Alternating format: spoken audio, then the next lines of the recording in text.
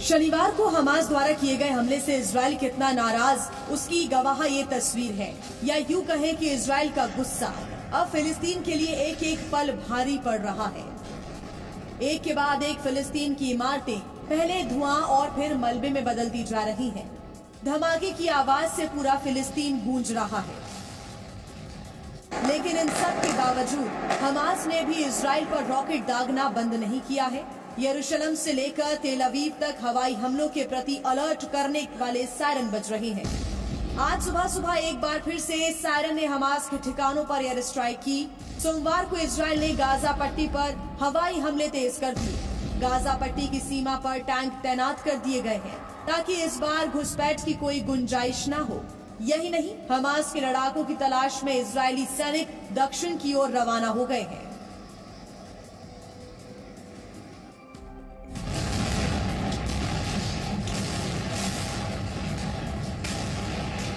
Hamas के हमले के जवाब में इजराइल की करीब 60 लड़ाकू विमान हमास के ठिकानों पर बम बरसा रही हैं। वहीं हमास में बंधक बनाए गए इजरायली नागरिकों के बारे में भी जानकारी जुटाई जा रही है। इजरायली सेना के प्रवक्ता के मुताबिक बंधकों के बारे में पूरी जानकारी है। गाजा सीमा के करीब के कस्बों में सैनिक घर घर जाकर आतंकवादियों की तलाश कर रहे हैं। वहीं सीमा पर लगी बाढ़ को पार करने की कोशिश करने वाले आतंकियों को वायुसेना द्वारा निशाना बनाया जा रहा है। बाकी हमास ने इजराइल को धमकी दी है, अगर उनके नागरिकों पर बिना किसी पूर्व सूचना के बमबारी और हवाई हमला होता है तो इजराइल के बंधक बनाए गए लोगों में से एक एक को मौत के घाट उतार दिया जाएगा।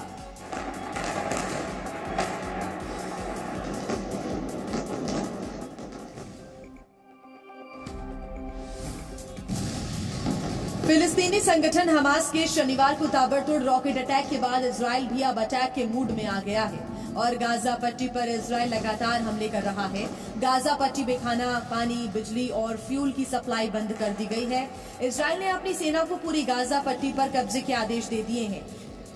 1 लाख इजरायली सैनिकों को गाजा बॉर्डर पर तैनात किया गया है, जबकि 3 लाख सैनिकों को स्टैंड बाय पर रहने को कहा गया है। इजराइल की सेना जमीन, आसमान और हवा तीनों से आतंकियों को अपना निशाना बना रही है। इसके साथ ही यूरोपीय संघ ने इजराइल पर हुए हमले के मद्देनजर आज अपने विदेश मंत्रियों के साथ एक आपात बैठक की। इजराइल के पलटवार के बाद से हमास अब बैकफुट पर है। हमास के आर्म्ड विंग के प्रवक्ता अबू उबैदा ने इजराइल के हमले को लेकर कहा कि हमास युद्ध विराम के लिए तैयार है, लेकिन लक्ष्य पाने के बाद। लेकिन इसके बाद भी दोनों तरफ से फायरिंग जारी है। हालांकि दोनों के बीच चल रहे इस युद्ध में इजराइल अब हमास पर भारी पड़ रहा है।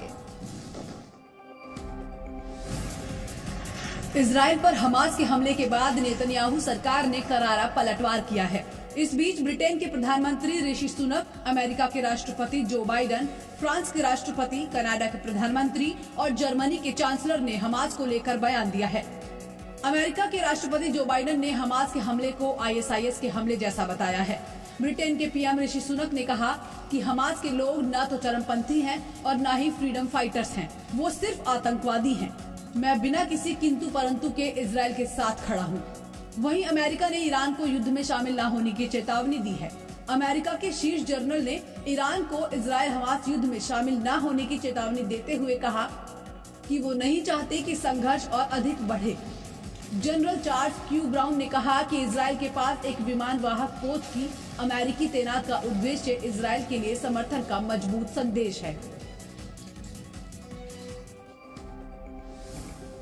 हमास के हमले के बाद इजराइल की ओर से अब तक का सबसे भयानक पलटवार किया जा रहा है। गाजा पट्टी में आतंकी ठिकानों को इजरायली फाइटर जेट्स लगातार ध्वस्त कर रही हैं। इस बीच इजराइल के प्रधानमंत्री ने एक बार फिर से हमास के आतंकियों को कड़ी चेतावनी दी है। Israel is at war. We didn't want this war. It was forced upon us in the most brutal and savage way. But though Israel didn't start this war, Israel will finish it. Hamas will understand that by attacking us, they have made a mistake of historic proportions. We will exact a price that will be remembered by them and Israel's other enemies for decades to come.